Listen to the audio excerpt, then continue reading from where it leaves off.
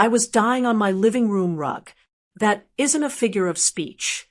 My chest had turned into a stone wall, and my lungs were fighting a losing battle to push air through a straw. If you have never had a severe asthma attack, you cannot understand the panic. It is not just about needing air. It is the feeling of your own body turning against you, squeezing the life out of you from the inside.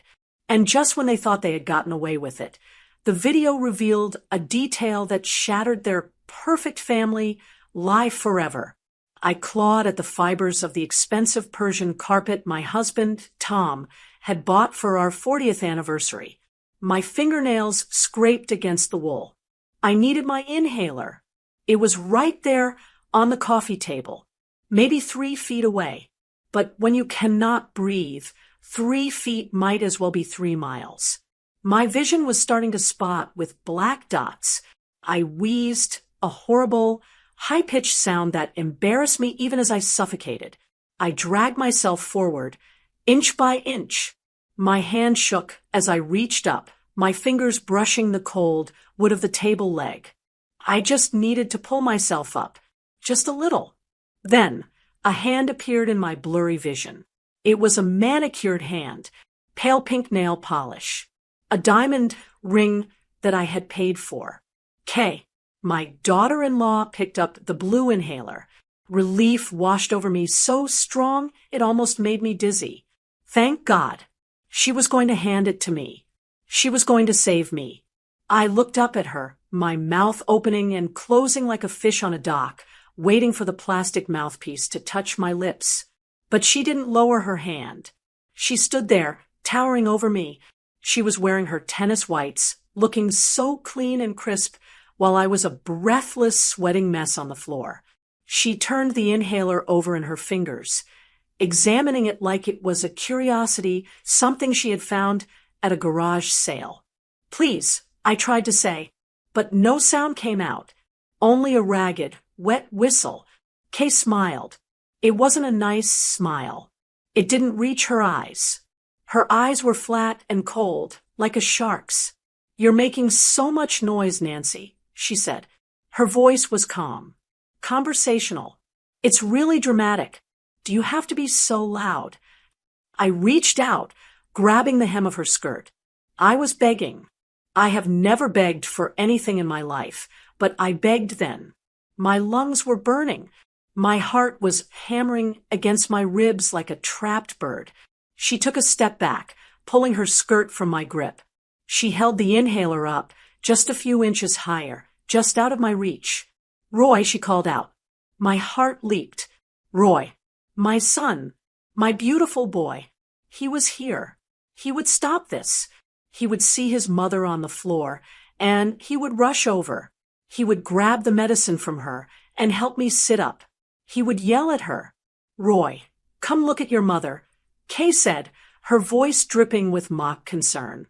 I turned my head. It took every ounce of strength I had. Roy was standing in the doorway to the kitchen. He was holding his phone, scrolling with his thumb. He looked up. He saw me. He saw me clutching my throat.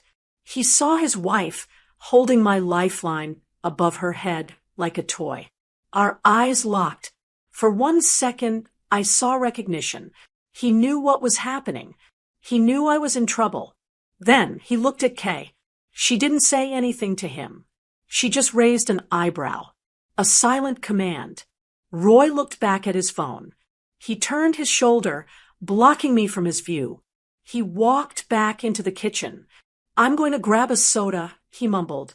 The sound of the refrigerator door opening and closing felt louder than a gunshot. He left me.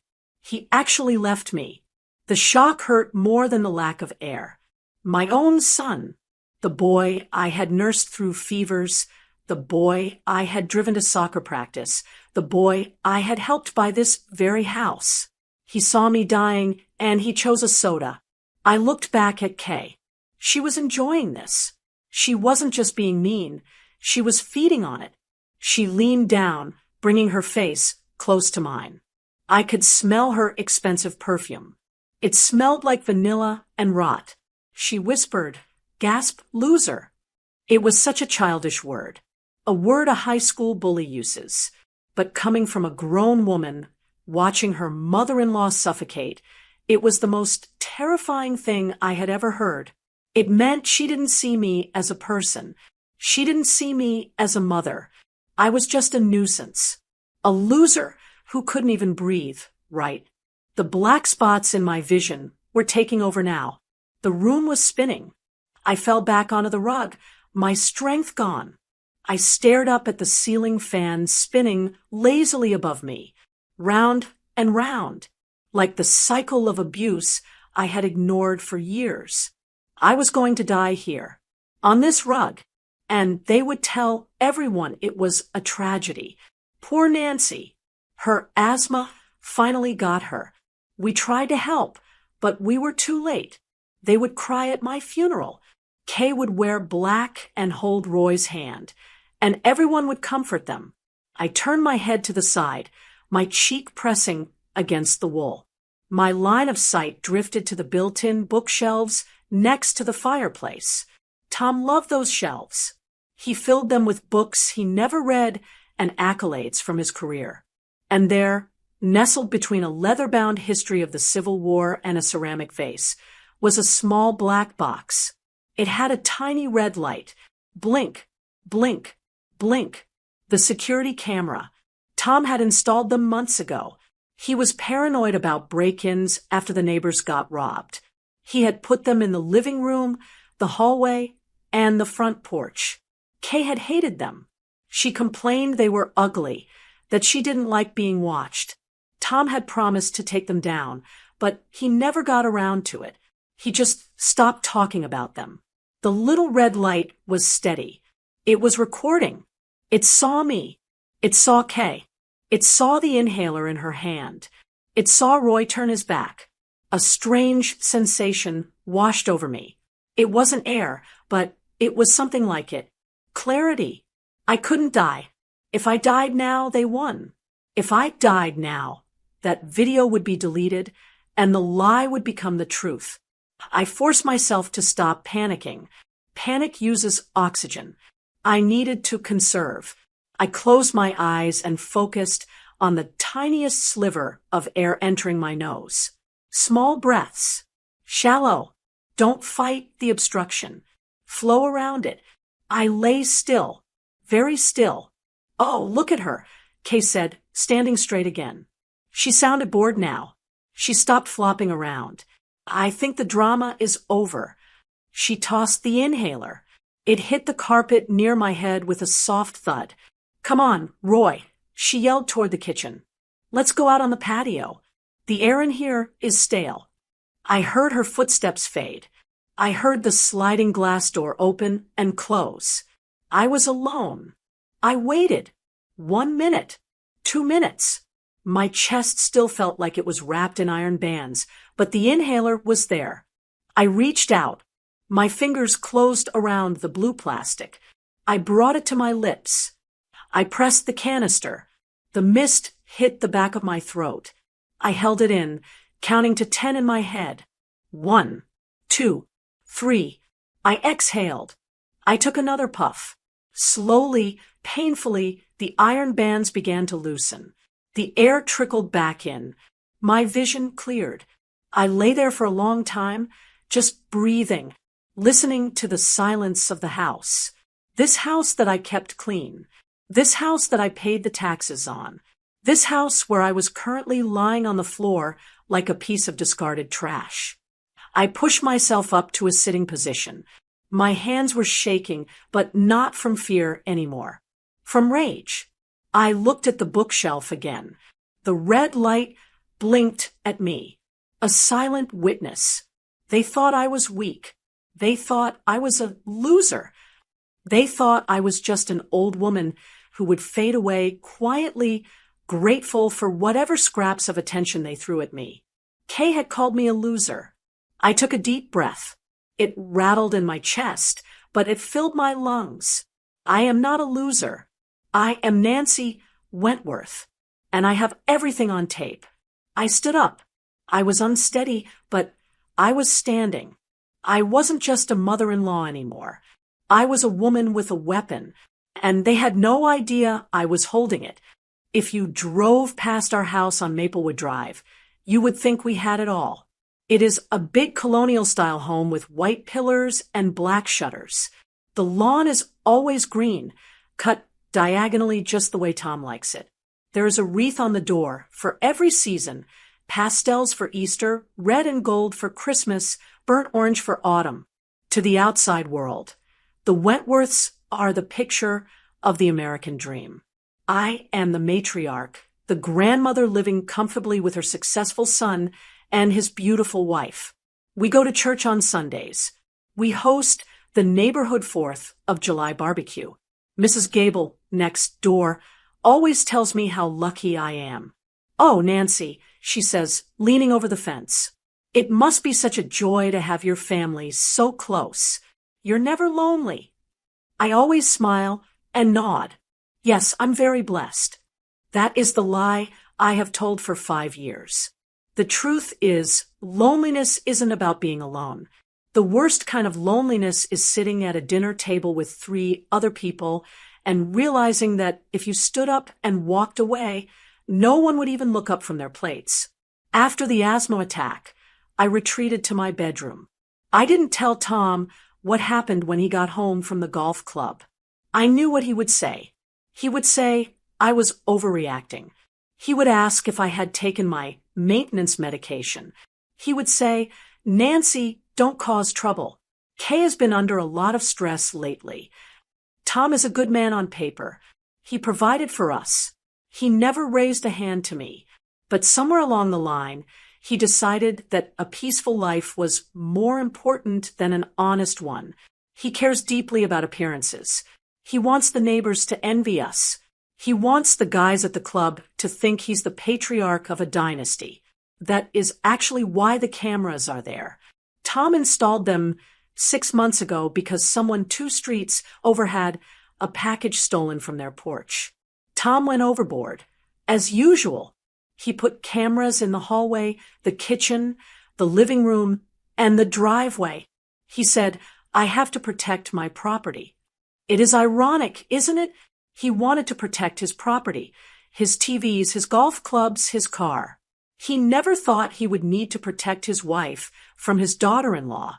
Kay hated them at first. She threw a fit. She said it was creepy. But Tom, in his passive way, just ignored her until she stopped complaining. He never checks the footage. He doesn't even know the password to the cloud account. But I do. I wrote it down in my address book under C for camera, right between the cable company and the chiropractor. I sat on the edge of my bed, staring at my hands. They are old hands now, spotted with age, veins visible under thin skin. But they are strong hands. These hands changed Roy's diapers. They bandaged his skinned knees. They cooked thousands of meals. They scrubbed floors and ironed shirts. And now these hands are invisible. Living with Roy and Kay was supposed to be a partnership.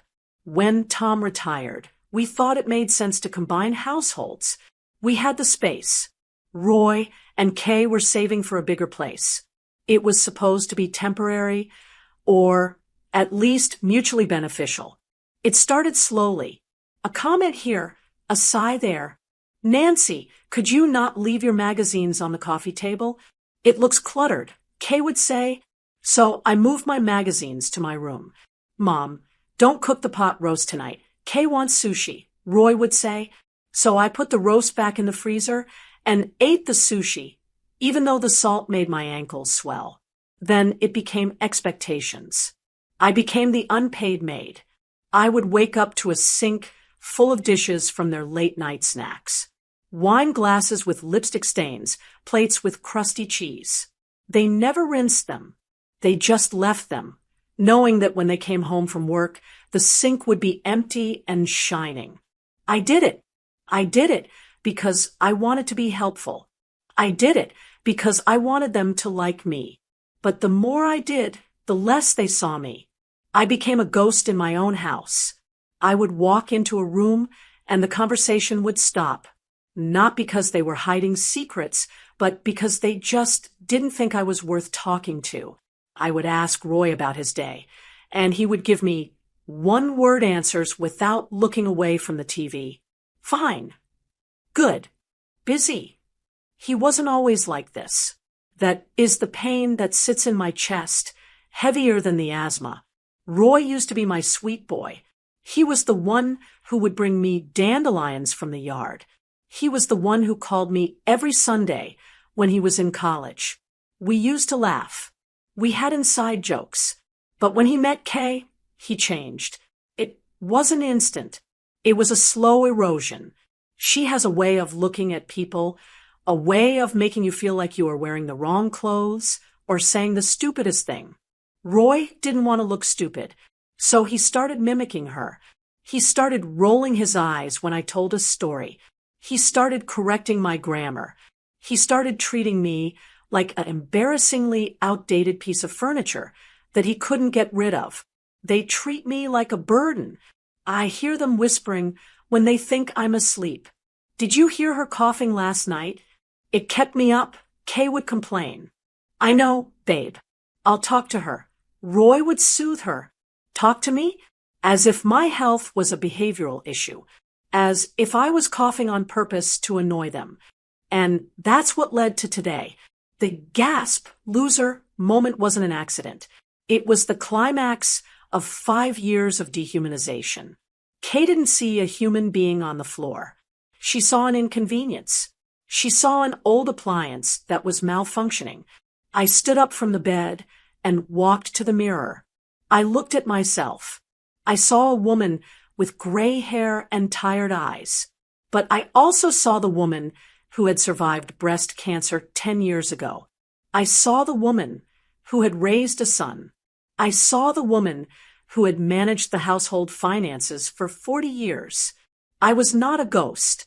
I was flesh and blood, and I was done being invisible. I could hear them downstairs now. The TV was on. I heard the clink of silverware. They were eating dinner. They hadn't called me down. They hadn't come to check on me. They were probably eating the casserole I had prepped yesterday. A coldness settled over me. It wasn't the coldness of fear, but the coldness of clarity. For years, I had tried to win them over with kindness. I thought if I was just nicer, quieter, more helpful, they would love me again. I thought if I made myself smaller, I would fit into their lives. But you cannot make someone love you by disappearing. You only make it easier for them to erase you. I walked to my bedroom door and locked it. It was a small click, but it sounded like a cannon shot in the quiet room. I went to my desk and opened the bottom drawer. I pulled out my address book. I turned to see camera, admin, password, Maple Leaf 1980. I sat down at my computer. My hands hovered over the keyboard. I knew that once I did this, there was no going back. Once I saw that footage, once I saved it, I was declaring war. Not a loud war with screaming and throwing plates. A silent war. The kind of war women like me have fought for generations. I typed in the password. The screen flickered, and then a grid of camera feeds appeared. Live views of the dark driveway, the empty hallway, the kitchen where Roy and Kay sat eating. I clicked on the Library/Archives tab. I scrolled back to 3 p.m. today, and there it was. I pressed play. I watched myself fall. I watched the struggle. I watched Kay's face. Seeing it on a screen was different than living it. When you are living it, you are in shock. But watching it made me see the malice. It wasn't a mistake. It wasn't a joke. It was cruelty, pure and simple. And watching Roy turn his back was harder than watching Kay smile. I felt a tear slide down my cheek, hot and angry. I wiped it away quickly. I didn't have time for tears. I reached into my desk drawer and found a USB drive. It was an old one, something I used to save knitting patterns on. I plugged it in. I right-clicked on the video file. Download. The progress bar moved slowly. 10%, 40%, 80%. I held my breath until it hit 100%. I ejected the drive and held it in my palm. It was so light, just a tiny stick of plastic, but it held the weight of my entire future. I put the USB drive in my jewelry box, underneath a velvet lining beneath my grandmother's pearls. No one ever looked there. Then I went back to the computer. I found the activity log. I selected the entry for my login. Delete. I cleared the browser history. I turned off the monitor. The room was dark again, save for the moonlight filtering through the blinds. I wasn't the invisible matriarch anymore. I was the woman holding the match. And they had no idea they were standing in a house soaked in gasoline. I unlocked my bedroom door and went to sleep. For the first time in years, I slept soundly. I didn't cough once. The house is different when you know the people living in it want you gone. For 3 days after the attack, I moved through the rooms like a guest in a hotel. I was polite. I said good morning. I washed my own teacup, but I didn't engage. Roy and Kay thought I was sulking. I could see it in the way they rolled their eyes at each other when I walked into the kitchen. They thought I was playing the victim, trying to guilt them into an apology. They didn't understand that I wasn't looking for an apology anymore. I was looking for ammunition. Wednesday morning, they both left for work early. I waited by the window until Roy's sedan and Kay's SUV disappeared around the bend of Maplewood Drive.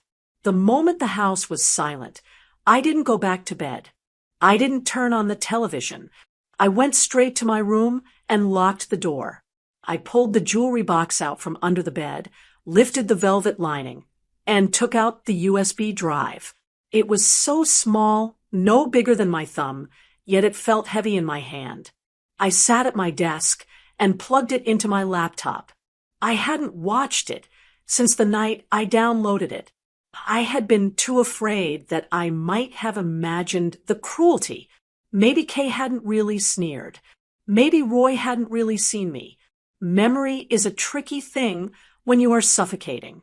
Oxygen deprivation can play tricks on the mind. I needed to be sure. I clicked the file. The video opened. The quality was startlingly clear. For K resolution, Tom had bragged. I saw myself stumble into the frame. I looked so frail. It is a terrible thing to see yourself weak. I saw my hand clawing at the rug. Then Kay entered the shot. I paused the video. I zoomed in. Her face wasn't panicked. It wasn't even concerned. It was annoyed. She looked at me the way one looks at a dog that has had an accident on the carpet. I pressed play. Gasp, loser. The microphone on the camera was sensitive. It picked up the whisper clearly. It wasn't a hallucination. She had said it. She had called me a loser while I fought for air. Then came the part one was dreading. I watched Roy walk in. I watched him look at me. I paused the video again, right on his face. This was the image that broke the last thread of attachment I had to my son. In high definition, there was no ambiguity. He didn't look confused. He looked trapped. He looked at me. Then he looked at Kay. And in that split second, I saw the calculation in his eyes. He weighed the cost of helping me against the cost of fighting with her. And he chose her. He chose the soda. I closed the laptop. I didn't cry. I think I had run out of tears. Instead, I felt a cold, hard knot form in my stomach. It was a feeling I hadn't felt in years. It was power. I knew something they didn't know. I knew who they really were. I ejected the drive and hid it in a new spot, taped inside the hollow curtain rod of my bedroom window. They would never look there. Then, I went back to the computer. I logged into the security cloud one last time, just to be safe. I checked the access logs. Clean. I checked the recycling bin. Empty. I was invisible to them. And that was going to be my greatest strength. I went downstairs. Usually by this time of day, I would have started prepping dinner. I would be chopping vegetables for Roy's favorite stew or marinating chicken for Kay's salad.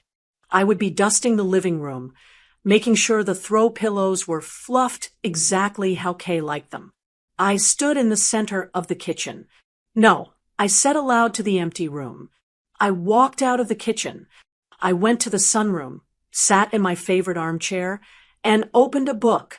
When Roy and Kay came home at 6 p.m., the house smelled neutral. No garlic roasting. No onion sautéing. Just air. I heard the front door open. "Mom." Roy called out. "What smells? Nothing." He walked into the sunroom, loosening his tie. Kay was right behind him, looking tired and irritable. "Where's dinner?" Kay asked, dropping her purse on the sofa. "I'm starving." In the past, I would have jumped up. I would have apologized. "Oh, I'm so sorry. Time got away from me. Let me whip something up." I didn't move from my chair. I didn't even look up from my book. "I didn't cook," I said calmly. There was a silence. A stunned, heavy silence. "You didn't cook?" Kay repeated, as if I had spoken in a foreign language. "Why? Are you sick?" "No," I said, turning a page. "I just didn't feel like it." Roy blinked. "Okay, well, what are we supposed to eat?" I looked at him then. I looked at the man who had left me on the rug. "There is peanut butter in the pantry," I said, "and bread." Kay let out a sharp, incredulous laugh. "You're kidding, right? Nancy, we work all day. The least you can do is have a meal ready." "The least I can do," I repeated slowly. I closed my book and met her eyes. For a second, I thought about screaming. I thought about telling her I had the video. I thought about shouting, "I saw you," but I stopped myself. That was what the old Nancy would do. The emotional, dramatic Nancy. The new Nancy was silent. The new Nancy was patient. "I'm retired, Kay," I said, offering a small, tight smile.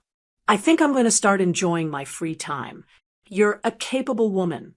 I'm sure you can manage a sandwich." I stood up and walked past them. I could feel their shock radiating off them like heat. They were waiting for me to crack. They were waiting for me to beg for their forgiveness. I walked up the stairs, my head high. "Is she serious?" I heard Kay hiss to Roy. "What is wrong with her?" "I don't know," Roy whispered back. "She's acting weird." I went into my room and closed the door. My heart was pounding, but it was a good pounding. It was the rhythm of adrenaline. I sat on my bed and looked at the curtain rod where the USB drive was hidden. Let them eat peanut butter. Let them be confused. I wasn't their maid anymore. I wasn't their victim anymore. I was a witness, and I was just waiting for the right time to take the stand. Little did I know, the opportunity would come sooner than I expected. A knock on the door the very next week would change everything. The subpoena was coming, and this time I wouldn't be the one on trial. 2 months had passed since the day I downloaded that video. 2 months of what I call the Cold War in the Wentworth household. I didn't move out. I didn't scream. I simply stopped being useful. I stopped doing their laundry. I stopped buying their groceries. When the dishwasher was full, I washed only my own plate and fork by hand, leaving their mess exactly where they left it. It drove Kate crazy. She is a woman who needs control, and for the first time, she couldn't control me. She tried to pick fights. She would stomp around the kitchen, sighing loudly about the filth in the sink. She would make passive-aggressive comments about how some people have nothing to do all day, but still can't help out. I just ignored her. I would sip my tea, look out the window at the bird feeder, and pretend I was deaf. It turns out selective hearing is a wonderful superpower. They thought I was losing my mind. I heard them whispering about it. She's slipping, Roy, Kay would say. She forgets to cook. She stares into space. She's getting senile. They didn't know I wasn't staring into space. I was staring at the curtain rod where the USB drive was hidden. I was biding my time. And then, on a Tuesday afternoon, time ran out. There was a knock at the door. It wasn't the Amazon delivery driver. It was a man in a rumpled gray suit holding a thick envelope. Nancy Wentworth, he asked. Yes. You've been served. He thrust the envelope into my hand and walked away before I could even ask a question. My hands trembled as I tore it open. Legal documents always look terrifying, even when you haven't done anything wrong. I scanned the cover page. Superior Court of Colorado. Plaintiff, Kayla Wentworth. Defendant, Sarah Miller. It was a subpoena. I was being ordered to appear in court as a witness. My heart started to race. Why was I involved in this? Who was Sarah Miller? I didn't have to wait long to find out. Kay came home an hour later, her heels clicking aggressively on the hardwood floor. She saw the papers on the kitchen table. She didn't look surprised. She looked smug. Oh, good, she said, tossing her keys on the counter. It arrived. Kay, what is this? I asked, pointing to the document. Why am I being summoned to court? She walked over to the fridge and grabbed a bottle of sparkling water. She looked calm, almost happy. It's nothing to worry about, Nancy. I'm suing Sarah. You remember Sarah? My old assistant. I vaguely remembered a quiet girl with glasses who had come to the house once for a Christmas party. She had seemed nice. She's been spreading lies about me, Kay said, taking a sip. She went on social media and posted this long, pathetic rant. She called me a manipulative bully. She said I created a toxic work environment. Can you believe that? Me? A bully? She laughed. It was a sharp, brittle sound. I'm suing her for defamation. My lawyer says we have a slam dunk case. We're going to destroy her. She'll never work in this town again. I looked at her. I looked at the woman who had held my inhaler out of reach and called me a loser. A bully? Sarah Miller had no idea just how right she was. But why do you need me? I asked. I don't know, Sarah. I don't know what happened at your office. Kay set her water down and walked over to me. Her face changed. The sharpness vanished. Her eyes softened. Her lips curved into a gentle smile. It was a transformation, so sudden it was almost scary. She sat down in the chair next to me and reached out to cover my hand with hers. Her skin was cold. Mom, she said. She never called me Mom. My lawyer, Mr. Henderson, says we need a character witness. We need someone to show the jury the real me. Sarah is painting me as this monster who terrorizes people. We need to prove her wrong. She squeezed my hand. Who knows me better than you? She continued. We live together. We're family. If my own mother-in-law stands up and tells the judge what a loving, caring person I am, well, Sarah's lies will fall apart. If I take such good care of my elderly mother-in-law, how could I be a bully? I felt a chill run down my spine. It was a trap. She was using me. She was using my age, my gray hair, my frailty as a prop. She wanted to wheel me into court like a sweet, confused old grandma to validate her mask. She wanted me to lie for her. You just have to answer a few questions, Kay said, her voice dropping to a conspiratorial whisper. Just tell them how I help you around the house. Tell them how we're a happy family. Tell them I'm a good person. Roy walked in then. He must have been listening from the hallway. It's really important, Mom, he said, loosening his tie. He didn't look me in the eye. He looked at the floor. If Kay loses this, it could hurt her career. We could lose a lot of money. We really need you to do this. I looked at Roy. My son. He was asking me to perjure myself to protect the woman who abused me. He was asking me to save the reputation of the monster in our house. For a moment, I wanted to spit in their faces. I wanted to scream. She tried to kill me. But then, I remembered the video. I realized something. They were handing me the microphone. They were putting me on a stage. They were inviting me to tell the world who Kay really was. If I refused, they would just find someone else. Or they would pressure me until I broke. But if I agreed, I would get access to the courtroom. I would get access to the judge. I looked at Kay. She was still smiling that fake, sugary smile, waiting for the senile old lady to nod her head. She thought I was weak. She thought I was desperate for her approval. She thought she had me wrapped around her little finger. I took a deep breath. I let my shoulders slump a little. I made my voice sound small and tired. "Oh, I see," I said. "You want me to tell the judge how you treat me?" "Exactly." Kay beamed. "Just tell them the truth about our relationship." "The truth," I repeated. "Yes. Just say we're close. Say I take care of you." I pulled my hand away from hers, slowly, so it wouldn't look suspicious. I folded my hands in my lap. "Of course, dear," I said. "I would be happy to testify. I will tell them exactly what happened." Kate clapped her hands together. "Oh, thank you, Nancy. This is going to be great. Mr. Henderson will be so pleased. We're going to win this." She stood up and kissed me on the forehead. It felt like a brand. "I'm going to order pizza to celebrate," she said, pulling out her phone. "Pepperoni, your favorite." "I hate pepperoni." I have told her that for 5 years. "That sounds lovely," I said. Roy let out a sigh of relief. "Thanks, Mom. You're a lifesaver."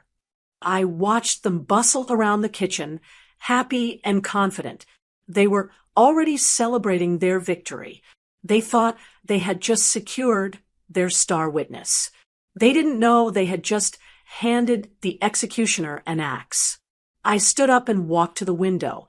I looked out at the street where the process server had parked.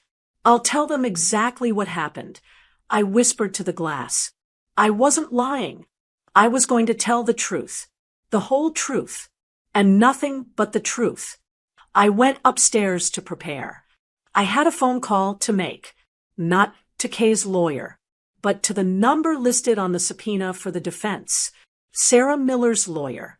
The trap was set. But Kay was the one walking into it.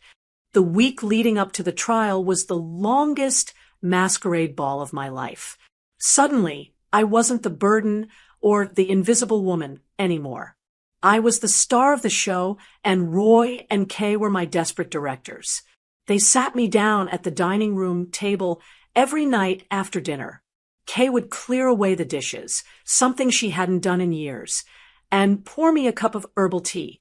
She would smile, that tight, practiced smile she used for photos, and lay her hands on the table. "Okay, Nancy," she would say, her voice sugary sweet. "Let's practice again.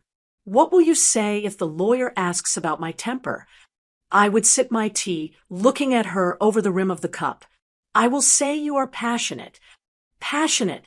Good." Kay nodded, checking a note on her phone. "And if they ask about the atmosphere in the house?" "I will say it is peaceful and loving." I recited. "Perfect." Roy would chime in from the living room. "You're doing great, Mom." It was humiliating. They treated me like a toddler preparing for a preschool pageant. They fed me lines, rewriting our history right in front of my face. They wanted me to paint a picture of a home filled with laughter and care. They wanted me to erase the neglect, the insults, and the silence. I played along. I nodded. I smiled. I pretended to struggle with the words, sometimes, just so they would feel important correcting me. "No, Nancy, not quiet." Kay would correct gently. "Say serene." "It sounds better." "Serene," I repeated. "Of course, dear." Inside, I was screaming. Every time I looked at Roy, I saw him turning his back on me in the kitchen. Every time Kay touched my shoulder to encourage me, I felt the phantom sensation of my airways closing up. They were coaching me to save them, completely unaware that I was memorizing their lies to destroy them. They thought they were writing the script. They didn't know I had already written the ending. But I had one loose end to tie up. The video. I couldn't just walk into court with a USB drive in my pocket and wave it at the judge. I watched enough legal dramas to know that evidence has to be submitted properly. I needed Sarah Miller's lawyer to have it. I needed him to know what was coming so he could spring the trap.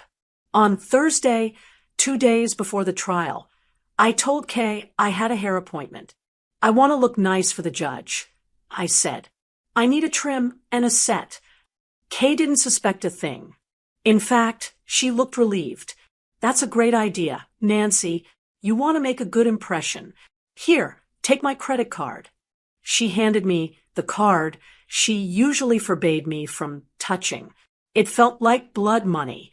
I drove my old sedan to the strip mall where my hairdresser, Linda, worked.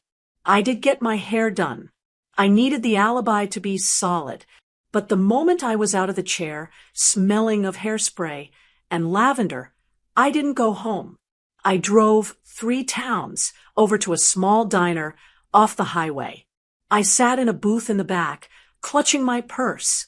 My heart was hammering against my ribs. I felt like a spy in a Cold War movie.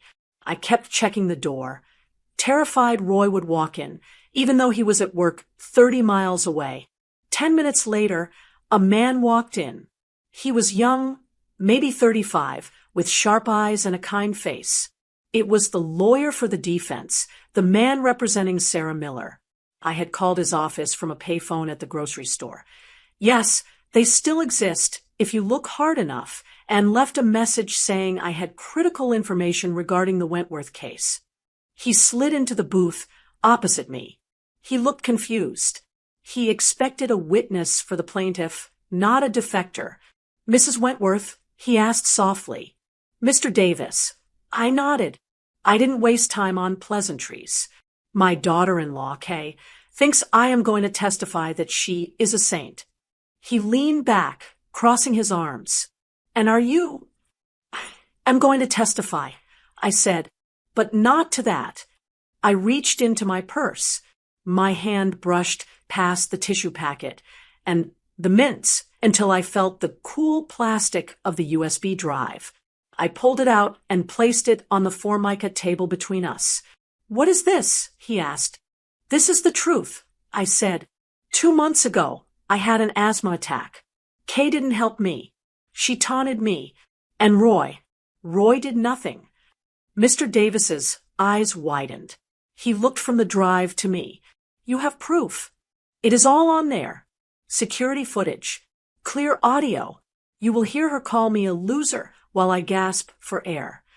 He picked up the drive carefully, as if it were a diamond. Does she know you have this? No, I said.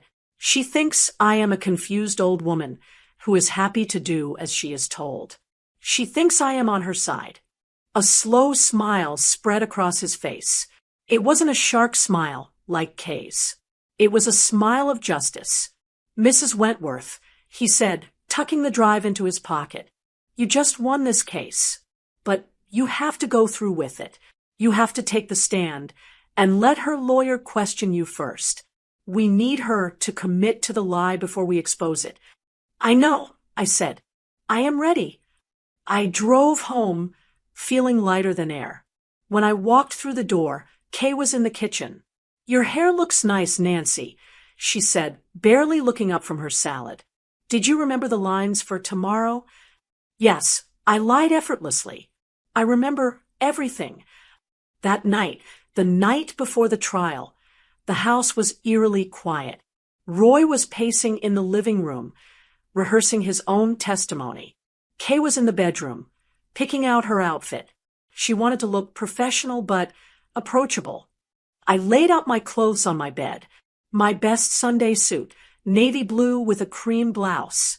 I polished my sensible black heels. I took out my pearl necklace, the one my mother gave me. I looked at my reflection in the vanity mirror. I didn't look like a victim. I looked like a woman who was done being pushed around. I thought about all the times I had swallowed my pride, the times I had eaten peanut butter while they ordered takeout, the times I had cleaned up their messes, the gasp loser that still echoed in my ears every time I used my inhaler.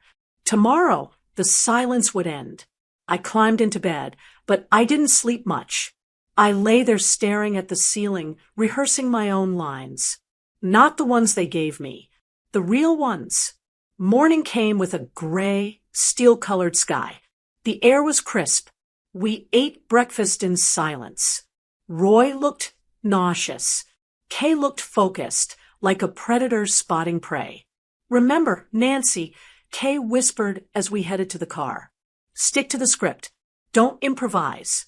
Just answer the questions exactly how we practiced." "I will answer the questions," I said. She didn't catch the difference. I sat in the back seat of Roy's car as we drove to the courthouse. I watched the familiar streets pass by.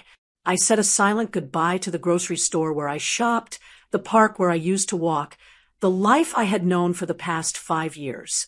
I knew that after today, I could never go back to that house. I was burning the bridge, and I was standing on it with a match. "We're here," Roy said, his voice tight. The courthouse loomed ahead, tall and imposing. I smoothed my skirt. I clutched my purse. I took a deep breath, filling my lungs with the air I had fought so hard to keep. I was terrified. My hands were shaking in my lap. But beneath the fear, there was a fire. Kay opened the car door for me, offering her hand to help me out. A show for the people walking by. "Ready, Mom?" she asked. I took her hand. It was cold. Mine was warm. "Yes, Kay," I said, stepping onto the pavement. I have never been more ready in my life. We walked up the steps together. The masquerade was about to end, and the unmasking was going to be spectacular. The courtroom in Denver smelled like lemonwood polish and stale coffee. It was a cold, sterile room with high ceilings and rows of hard wooden benches that made your back ache after 10 minutes. I sat in the front row behind the plaintiff's table, right next to Roy. He was bouncing his leg up and down, a nervous habit he had kept since he was a teenager. He kept checking his watch, then checking his phone, then checking the door. He wouldn't look at me. Kay sat at the table next to her lawyer, Mr. Henderson. She was wearing a soft, powder blue cardigan over a modest white dress. She had pulled her hair back into a low bun. She looked vulnerable. She looked sweet. She looked nothing like the woman who had stood over me while I suffocated. The trial moved quickly. It was a civil case, so there was no jury of 12 angry men, just a panel of jurors who looked like they would rather be anywhere else. Sarah Miller, the defendant, sat on the other side. She looked terrified. She was young, maybe 30, with dark circles under her eyes. She knew she was up against a wealthy, polished opponent. She didn't know she had a secret weapon sitting in the front row of the opposition's bench. Kay took the stand first. I have to give her credit. She put on a masterclass performance. When Mr. Henderson asked her about the attacks on her character, her voice trembled just enough to sound brave, but broken. "I tried to be a mentor to Sarah," Kay said, dabbing at her dry eyes with a tissue. "I tried to help her, but when I had to correct her work, she became hostile. She started spreading these awful rumors that I was a bully. It hurt my professional reputation, but mostly it just broke my heart." She looked at the jury. She offered them a sad, wobbly smile. I saw a few of the jurors nod sympathetically. They bought it. They saw a successful, well-dressed woman being torn down by a jealous former employee. "And how has this affected your home life?" Mr. Henderson asked softly. It's been so hard, Kay whispered. My family means everything to me. I go home to my husband and his wonderful mother, and I try to be strong for them. But the stress, it's been overwhelming. I felt Bao rise in my throat. Wonderful mother. The audacity of it made me grip my purse tighter. She was using me as a prop in her tragedy. Roy reached over and patted my knee. She's doing great, he whispered to me. She certainly is, I replied. When Kay finished, she stepped down with the grace of a swan. She walked back to the table, and as she passed me, she gave me a quick, sharp nod. It was a command. You're next. Don't mess this up. The plaintiff calls Nancy Wentworth to the stand. Mr. Henderson announced. The bailiff stood up. Nancy Wentworth. I stood up. My knees popped. I walked through the little gate that separates the spectators from the participants. The floor was carpeted, muffling my footsteps. I could feel every eye in the room on me. I climbed the 2 steps to the witness stand and sat in the leather chair. It was still warm from Kay. The bailiff held out a Bible. Do you swear to tell the truth, the whole truth, and nothing but the truth? So help you God. I placed my hand on the leather cover. It felt cool and solid. I do, I said, and I meant it more than anyone in that room realized. Mr. Henderson approached the stand. He was a tall man with a booming voice and a smile that showed too many teeth. He thought this was going to be easy. He thought I was the victory lap. Mrs. Wentworth, he began, leaning against the railing casually. You are the mother-in-law of the plaintiff, Kay Wentworth. Is that correct? Yes, that is correct. And you live with Kay and your son, Roy? Yes, for the past 5 years. Wonderful, he smiled. Now, we have heard allegations from the defendant that Kay is a manipulative bully who abuses her power. As someone who lives with her, who sees her every day behind closed doors, how would you describe your relationship with her? This was it. The script. This was where I was supposed to say, she is like a daughter to me. This was where I was supposed to say, our home is a sanctuary. I looked at Kay. She was leaning forward slightly, her eyes wide and encouraging. She looked so confident. She thought she owned me. I looked at Roy. He was staring at his shoes. Then I looked at the jury. I saw a woman in the back row about my age. She had kind eyes. I took a breath. You want to know about my relationship with Kay? I asked. Yes, Mrs. Wentworth. Please tell the court. I folded my hands in my lap. I kept my voice steady. I would describe my relationship with Kay as educational. Mr. Henderson blinked. That wasn't in the script. Educational. In what way? She has taught me a lot about survival. I said. The air in the room shifted. It was subtle, but I felt it. Mr. Henderson's smile faltered for a fraction of a second. I'm not sure I follow. He chuckled nervously. Let's be specific. Does Kay take care of you? Is she a loving family member? Kay is very attentive. I said, she pays close attention to everything, especially when I am weak. Kay's smile disappeared. She sat up straighter. Mrs. Wentworth, Mr. Henderson said, his voice a little sharper now. Let's cut to the chase. How would you describe Kay's character to this jury? Is she a good person? I looked directly at Kay. I locked eyes with her. I let her see the fire I had been hiding for 2 months. Kay is a very good actress. I said clearly. A ripple of murmurs went through the courtroom, but I continued, raising my voice just enough to cut through the noise. She is not a good person. Mr. Henderson froze. Objection. Witness is non-responsive. I am responding directly to your question. I said, you asked about her character. Mrs. Wentworth, the judge warned gently. Please explain your statement. I turned to the judge. Your Honor, 2 months ago, I suffered a severe asthma attack in my living room. I collapsed on the floor. I could not breathe. My inhaler was on the coffee table. The room went dead silent. You could hear the hum of the air conditioning. Kay was there. I continued. She picked up the inhaler. I begged her for it. I was dying. My lips were turning blue. Objection. Mr. Henderson shouted. Relevance. Overruled, the judge said, leaning forward. Go on, Mrs. Wentworth. She didn't give it to me, I said. My voice didn't shake. She held it over my head. She watched me crawl on the rug. She smiled at me. I looked back at the jury. They were staring at me, with their mouths open.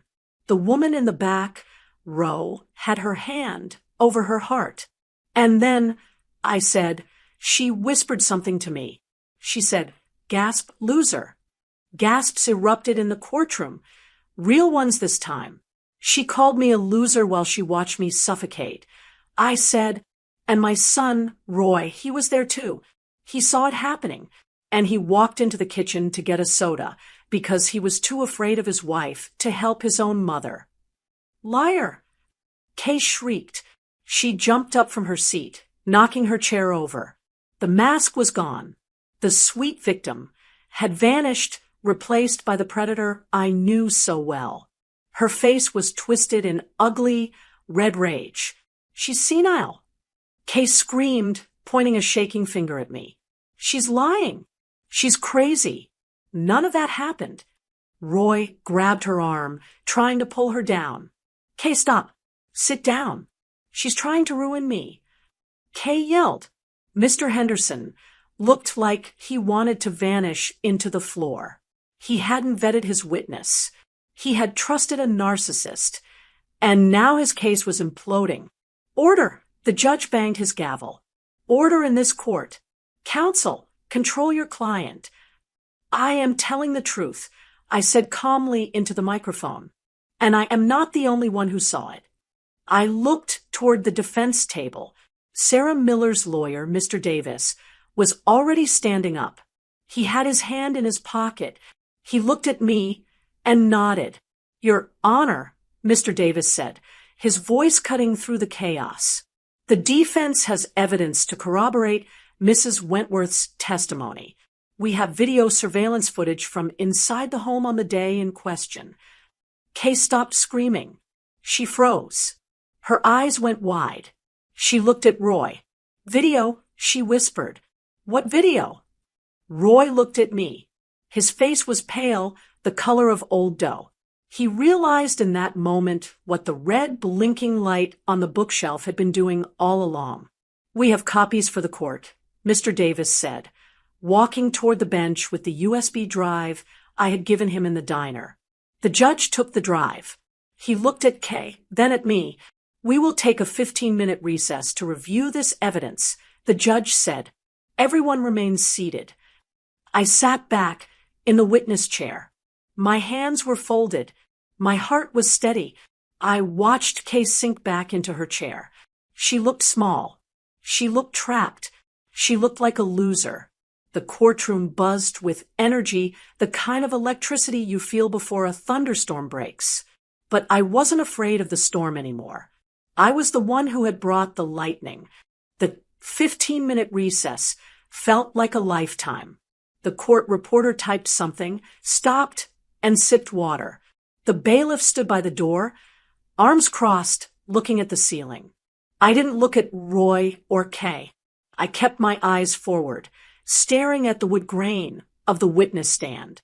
I could hear them whispering furiously behind me at the plaintiff's table. You said she was senile. Kay hissed. You said she would do whatever we told her. Keep your voice down, Mr. Henderson snapped back. He sounded sweaty. He sounded like a man realizing his career was about to take a very ugly turn. When the judge returned, the room went stiff. Judge Reynolds was a man in his 60s with reading glasses perched on the end of his nose. He didn't look at the lawyers. He looked at me. Then he looked at Kay. His expression was unreadable, but his jaw was set tight. I have reviewed the digital evidence submitted by the defense, Judge Reynolds said. His voice was calm, but it had a hard edge to it. I am admitting it into evidence as Exhibit A. Mr. Henderson jumped up. He was desperate now. "Objection, Your Honor," he shouted. "We cannot verify the authenticity of this video. Mrs. Wentworth is an elderly woman with a history of confusion. She could have been manipulated into tampering with this file. She is clearly not in her right mind." I sat there perfectly still, senile, confused, not in her right mind. These were the labels they used to dismiss me for years. The judge looked over his glasses at Mr. Henderson. "Counsel, are you suggesting your client's mother-in-law learned how to use deepfake technology to forge a security video in the last 48 hours? "I am saying she is unreliable." Henderson stammered. "She doesn't know what she's doing. She seems perfectly lucid to me," the judge said coldly. "Overruled. Play the video." The bailiff dimmed the lights. A large monitor on the wall to my left flickered to life. The courtroom fell into a silence, so deep you could hear a pin drop. Then the sound began. It wasn't a voice. It was a wheeze. Hoo, hoo. The sound of my own suffocation filled the room. It was loud. It was wet. It was the sound of a human being drowning in the air. I saw the jurors flinch. The woman in the back row covered her mouth with her hand. They weren't just hearing it. They were feeling it. On the screen, my living room appeared in crisp, high definition. There I was on the floor, my legs kicking weakly, my hand reaching up. And there was Kay. On the giant screen, she looked 10 feet tall. Her tennis outfit was pristine.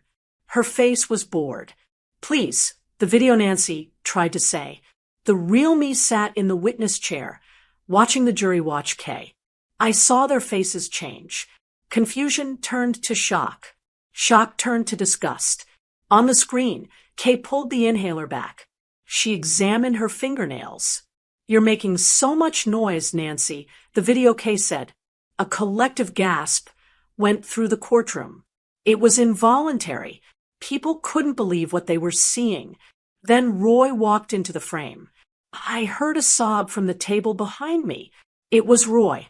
He was watching himself on screen, looking at his dying mother, and turning away. "I'm going to grab a soda," the video Roy mumbled. In the courtroom, Roy put his head in his hands. He hunched over, trying to make himself small. He wanted to disappear, but he couldn't. His shame was being broadcast in 4K resolution. The video continued. Kay leaned down. Her face filled the screen. Her lips moved. The microphone picked up the whisper perfectly. "Gasp, loser." The words hung in the air like toxic smoke. "Gasp, loser."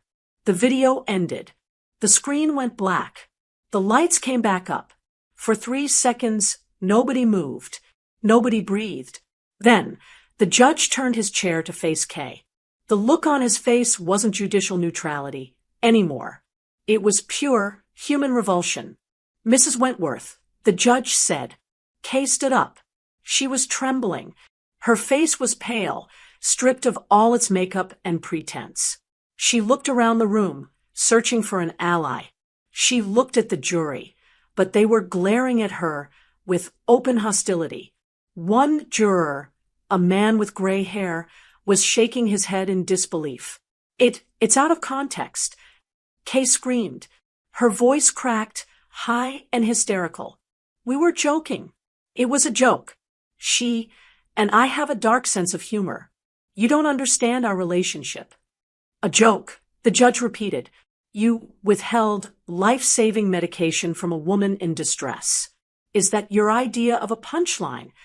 She wasn't really dying."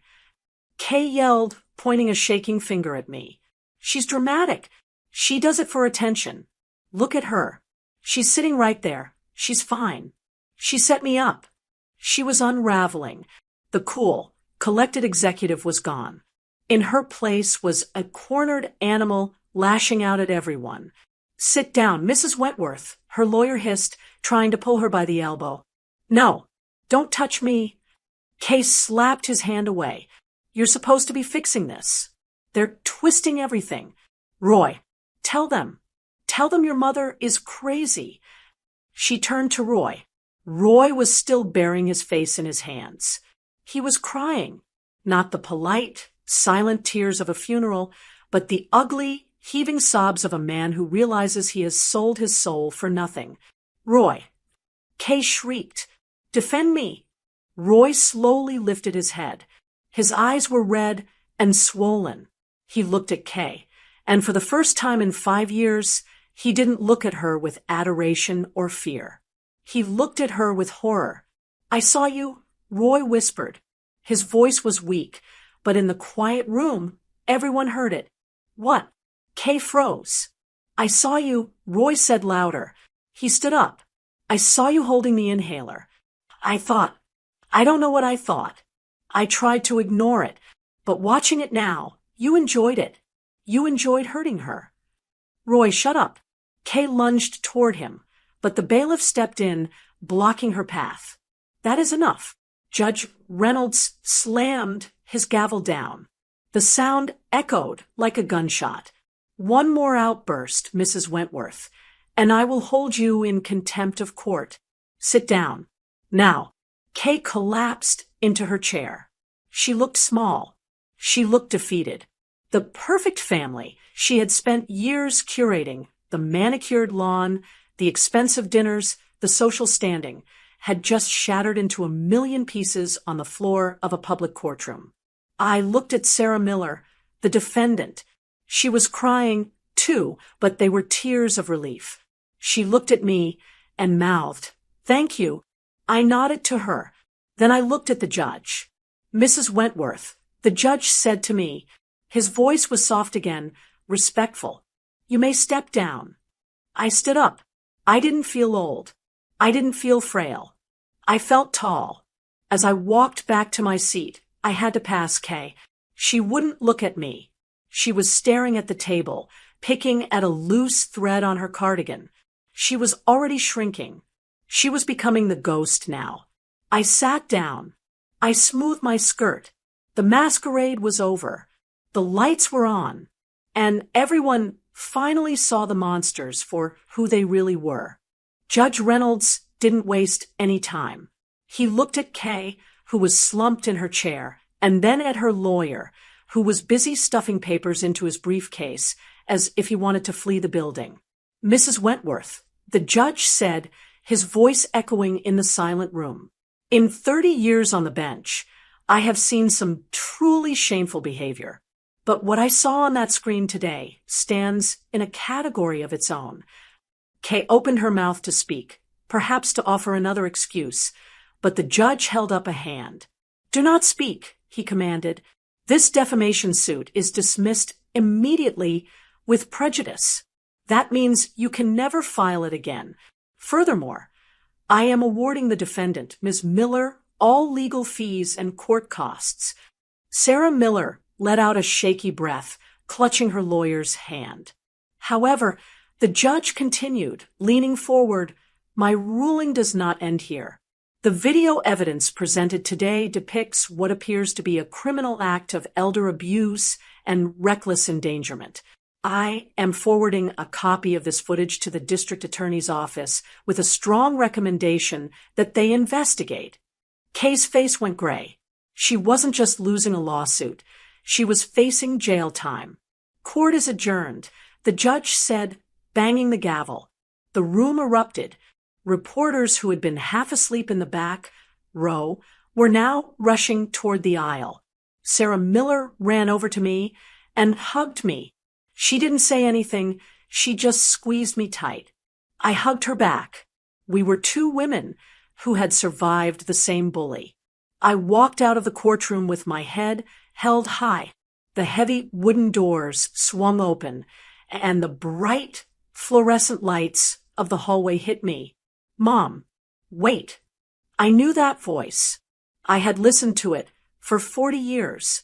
I stopped and turned around. Roy was running after me. His tie was crooked, his eyes were red, and he looked like a lost little boy. Kay was nowhere to be seen. She was likely hiding in the bathroom or arguing with her lawyer. Roy stopped a few feet away from me.